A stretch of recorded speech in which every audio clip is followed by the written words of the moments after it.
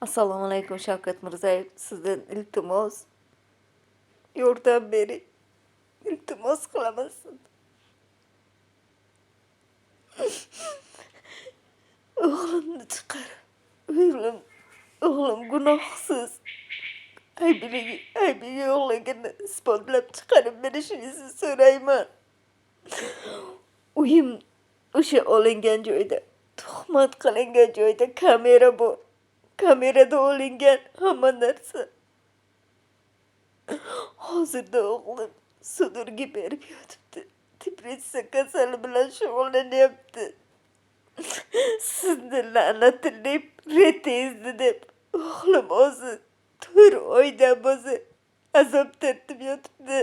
Qaysi gunohim uchun?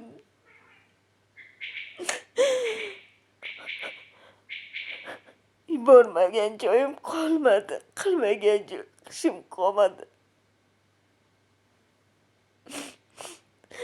Ko'zimni siydigini oqizib o'tiribman. 4 oydan bo'lsa uyga ishlaganim yo'q. 4 oydan bo'lsa uyda hech narsa yo'q. Nima uchun? Nima uchun sizni la'nati mana shunday retingizda deb? La'nati retingizga ming la'nat. Gunohsizlarni qamash emas-ku.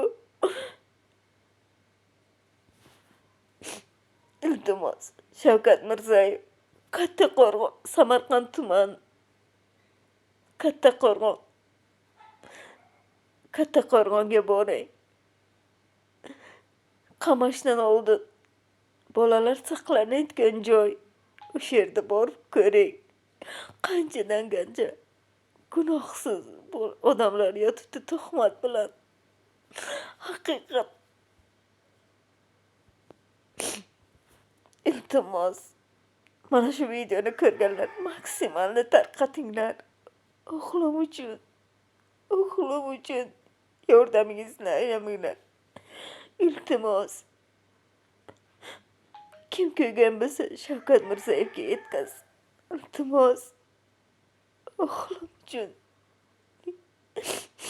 Bir zaif ayol uchun yordamingizni ayamanglar. Sizlarga ishonaman. Iltimos, yordam beringlar. O'g'lim uchun.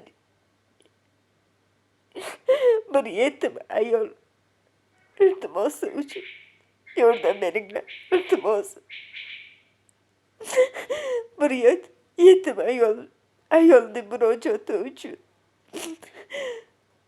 murojaatlaring, yordamlaringiz, iltimos, yordam beringlar.